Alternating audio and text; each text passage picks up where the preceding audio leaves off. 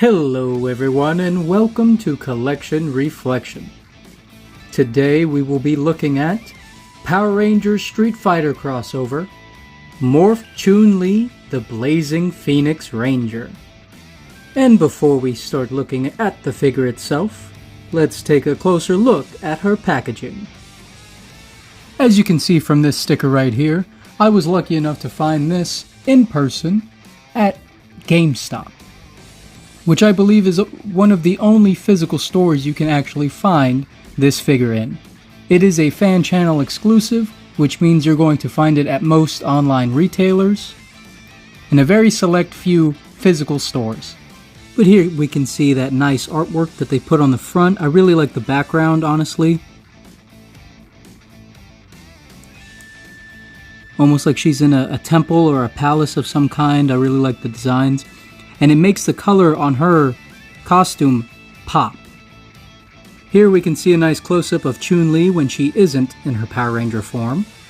And there we get the same artwork and the name of the figure. On the other side we get this really nice illustration of the Blue Phoenix Ranger. And on the back we get a nice image of the character as well as the action figure along with all of the accessories that it comes with. I do like that they're starting to put the scale of the figures on the windowless packaging just so you know how big the actual figure is inside the package. And you can see there that she's about 150 millimeters or 5.9 inches. So let's stop talking about the box and let's get right into the figure, because that's why you're here in the first place. And now we can bring Chun-Li in for her close-up. Immediately, the first thing that comes to my mind is the really nice blue that they picked out for her uniform. I think it's complemented very well by all the gold accents and the yellows that they use. I'm not sure if all the yellow is supposed to be the same type of gold that she has on her sash. In person, you're able to really tell the difference. On camera, it's not too bad. But either way, they all look very nice. I also appreciate this rose gold type of coloring that she has on her Phoenix shield and her belt. She also has it on parts of her boots. I was honestly a little hesitant to pick up Chun-Li for the price that they were asking for. But as soon as I got her out of the package, I knew I made the right choice. The colors that they use are such an awesome combination that every color complements each other on this figure. Let's look a little bit closer at that face sculpt. You can see there that there's a few paint mishaps on my figure. There on the side, a little bit on her chin seems to be some plastic warping. They miss some paint on the visor. And I'm not sure what the design is supposed to be. I don't know if that's the beak of the Phoenix. But there's a little bit of black painted in there for its eyes or its nostrils or whatever that is. And it looks nice. I also really appreciate the design choice to have those tassels on the side of the helmet that represent Chun-Li's hair. Without those, I wouldn't even know that this is supposed to be a Chun-Li figure. But with those, it's so hard to not see Chun-Li every time I look at this. I think that was a great choice for them, and I really like how it shapes the rest of the figure. Taking a closer look at her Phoenix shield, you can see the texturing that they put on there. It almost looks like feathers, and that carries over to the front as well. There you can see a nice little gold stripe that starts the design of her sash. The tail feathers of the Phoenix. I will say her power coin is a little soft in the sculpt. It just kind of looks like a regular belt buckle.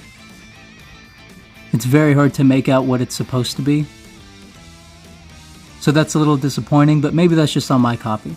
I will say that the paint of all the blacks and the reds are neatly done, and I like how they did it. The texturing on the belt is also very nice.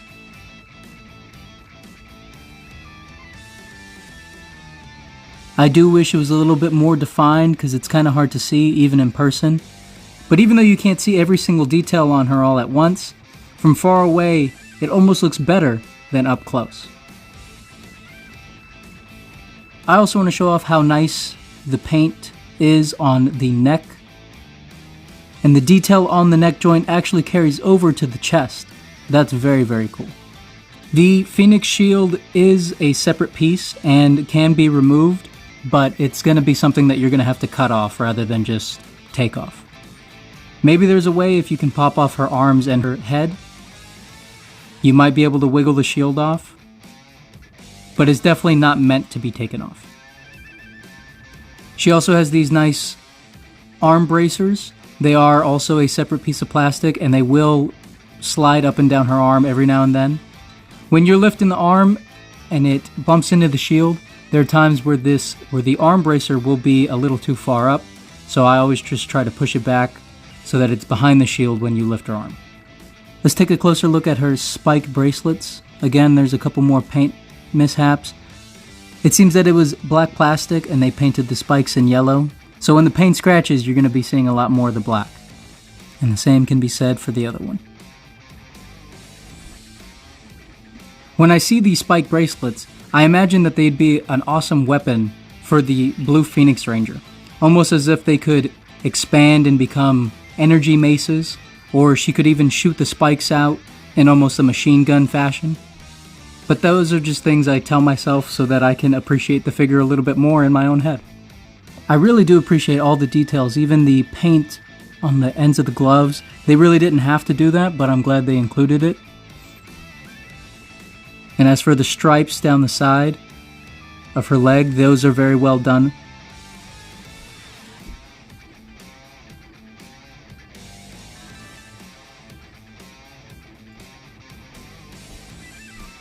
The paint on her sash is one of the most eye-catching parts of this entire figure.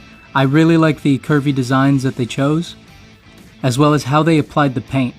Every time when I see the figure from far away, my eyes are immediately drawn to the sash and then the helmet. The appearance and the aesthetic of this figure is by far one of the very best the Lightning Collection has released to date. However, just because this is a really great figure doesn't mean it's without its flaws. For starters, she definitely suffers from Chihuahua syndrome. And that's where she's always shaking, just like a Chihuahua. It seems that her diaphragm joint and her ab joint seem to be a little too loose, so there's always some movement, always some kind of shakes. Same thing for her elbows. Her arms are always just a little bit too loose, just a little wobbly. So if you had her on the dashboard, she could be a nice bobblehead. But as far as a figure goes, it does get pretty annoying every time I pick her up to just feel like she might fall apart at the torso. However, I do feel like she is built sturdy. I don't think that she's going to come apart anytime soon. But the looseness in the joints is an issue for me. This design of Chun-Li is from a mobile game. I believe it's called Battle for the Grid. And she's an original character designed for that game.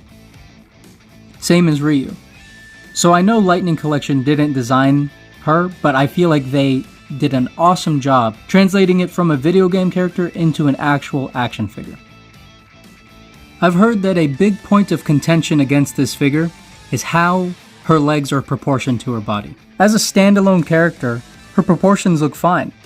But when you realize this is supposed to be Chun-Li, the Thigh Master, I can see how some people are disappointed that maybe her thighs aren't as big as they'd like. So why don't we compare them to another female Power Ranger figure. This is the April O'Neil Pink Ranger, but she uses the same body type that I believe any other of the Mighty Morphin female Rangers use. It might be a little hard to tell on camera, but Chun-Li's thighs are definitely bigger than the average female Power Ranger. Now if we bring in a male Power Ranger, which I'm going to be using the Lunar Wolf, we can see that their thighs are just about the same size. So it looks like they just gave Chun-Li the thighs of a male action figure and put it on the female frame. Looking at the arms, you can see that they're roughly about the same size. Chun-Li's arms might even be a little bit thinner than the average female Power Ranger. And when she's in hand, her proportions actually feel pretty nice and reasonable. I feel like if they went much bigger on her thighs, the character would almost feel a little too ridiculous and a little too cartoony. I think one of the best things about the Lightning Collection is that they are showing almost true-to-life representations of these characters. For a very long time, most Power Ranger figures had the characters very muscular and sculpted and just ripped out of their costumes, you know? But in the new Lightning Collection, you can see that they pay a lot more attention to the actual fabric that they're wearing, and they try to sculpt ripples into the cloth. It makes it look more like a real person in a suit rather than almost like a robot or just something else. And I believe that applies with Chun-Li here. They could have gone the route of giving her massive thighs and made her look more like the video game, but I feel like this is a more accurate representation of what the character would look like if she was played in live action. Chun-Li does have a great design and a nice look, but let's find out if we can say the same for her articulation. Her head is going to be on a ball joint. It looks like this is one solid piece where the joint is actually in the neck, so she's going to have a 360 at the head. Not much up. Little bit of down, and some tilt. Her hair tassels are on swivels. Her shield is made out of a very awesome material, so it's very flexible, and it can have her arms go 360 with almost no issue. Even when both arms are extended, they're not hindered by the shield. She can go out to 90. Her butterfly joints can move about from there to there. She has 360 bicep rotation. Double jointed elbows that can honestly go a little bit further than this, but they get hindered by the design of her costume. All of her hands will allow for a 360 wrist swivel, as well as a high five hinge. Even though her diaphragm is very wobbly, it feels smooth as you turn it and move it around. It allows for that much back and that much forward. I don't believe that she has an ab crunch, but if she does, it's too hindered by the costume to really be effective. She has drop down hips that will allow for that much splits. She can kick that far forward and that far back. 360 thigh rotation. Because her thighs are so thick, her double jointed knees are a little bit less effective, but they are pinless. 360 boot swivel. Her ankle can go that far down, not much back, but they have great pivot. I think she has great articulation. I do wish she was able to bend her knees a little bit more, but that is the price we pay for having those nice thick thighs. Let's move on to her accessories and see what else we get in this box.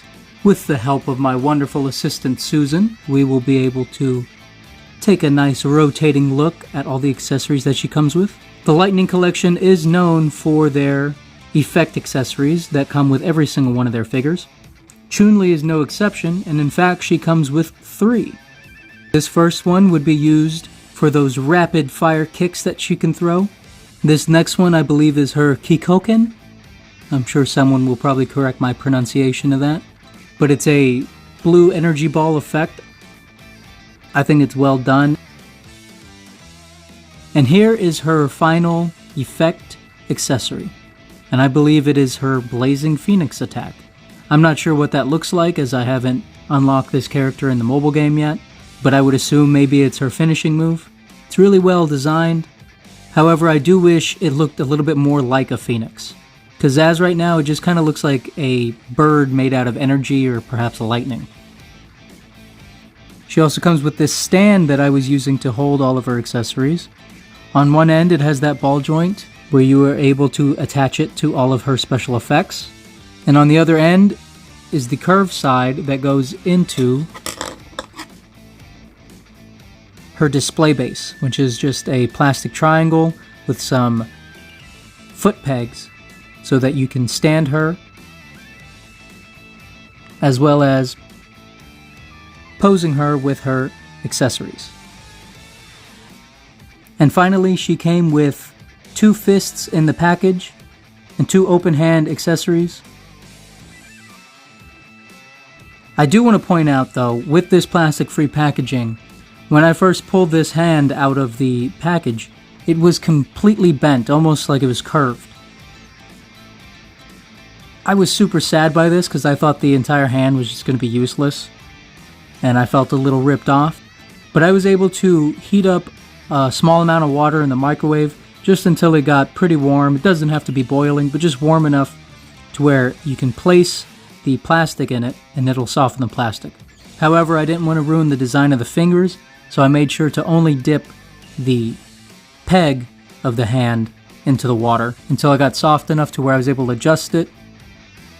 And I had to repeat that process about 5 or 6 times until I was able to straighten it out just enough to where I could change out her hands and hopefully have the socket of her forearm straighten out the peg the rest of the way. So if you seem to have the same issue with your figure, just try to boil some water and have some patience, and you should be able to get the peg back to normal. Even without her display stand, she's able to stand alone just fine. I really enjoy all the accessories that they included for her.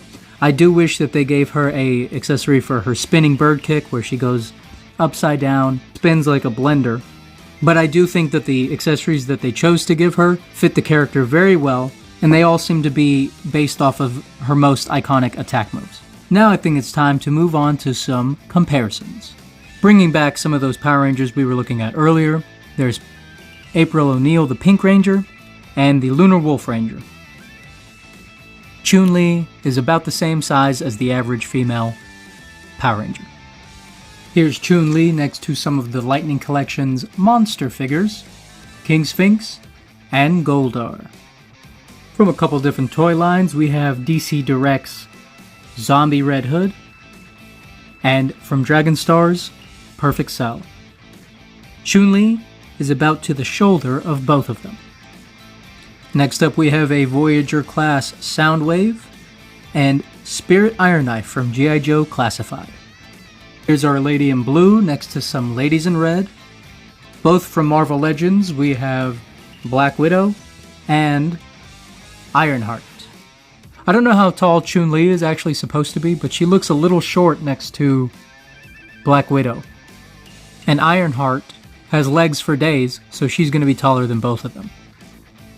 Going down to a 5-inch toy line, we see Vegeta and Goku Super Saiyan Blue from Dragon Ball Evolve.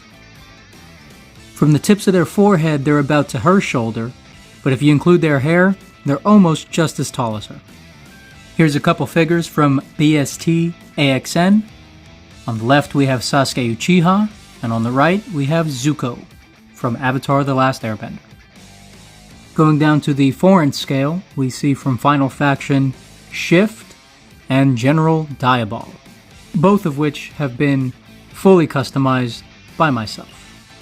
And as our last comparison, if you've seen any of my other videos, you know who it's gotta be.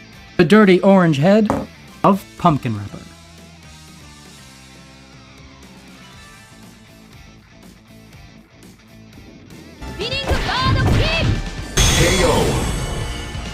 Chun-Li wins. Now that we've talked about what this figure has to offer, let's find out if there's any way that we can enhance what we already have. When it comes to the Blazing Phoenix, I really do think they knocked it out of the park with this figure. Even though I'm a little biased because this is my favorite color of blue, I do think that blue, white, and gold is an awesome color combination, and I think the design of her costume is unmistakably Chun-Li, as well as a Power Ranger. The articulation is great, the accessories are really nice and character specific, that's another huge plus. And probably my favorite thing that the Lightning Collection actually did with this figure is the material that they chose to make her shield out of. From the side you can see it is pretty thin, and with enough lighting you could actually see through it a bit. But because of that, it doesn't get in the way of any of her articulation, which was my main concern with most of the other shielded Power Rangers. A lot of the time, the shield would hinder their arms, and it'd make it really annoying. So when it comes to enhancements, the only thing I can really think of is trying to cure her of her Chihuahua syndrome. I'm assuming that there is a ball joint in her diaphragm that allows for this movement. So if you're able to heat up her diaphragm enough to where you can pop it off, maybe you can fill the cavity so that the connection is much tighter and there isn't this gap in it that causes this shake.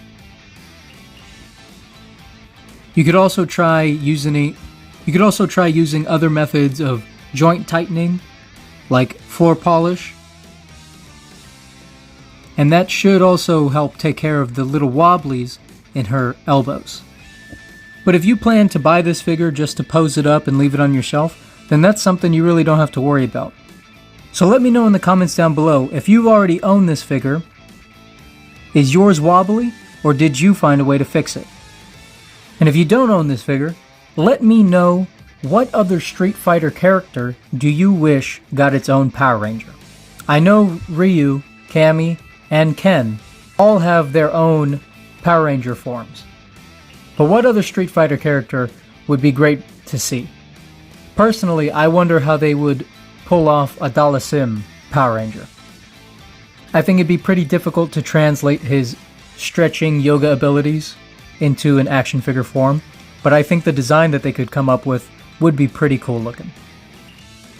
I'd like to thank you all so much for watching. If you decide you'd like to see any more of my content, you can follow me on these platforms, or just come back to my channel because I'll be sure to post again.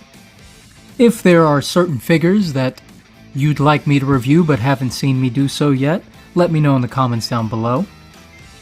So should you collect this figure or reflect it?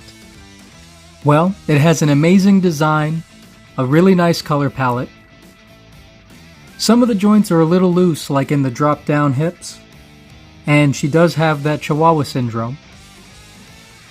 But the accessories are really nice, even though one of her hands came bent out of the package. I think there are a lot more good things to say about this figure than there are bad things. The $35 price point might be a little too high for most people, and it usually would be for me too, but I was just too excited to see what Power Rangers had to offer with this Street Fighter crossover. And I have to say, I'm pleasantly surprised. In my opinion, I'm very happy that I own it, so I would say, collect.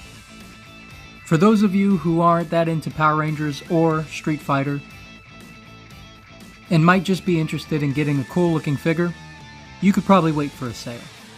But either way, I hope you all have a nice chuckle, and try to be kind to somebody. It could really change their life. I'll see you next time.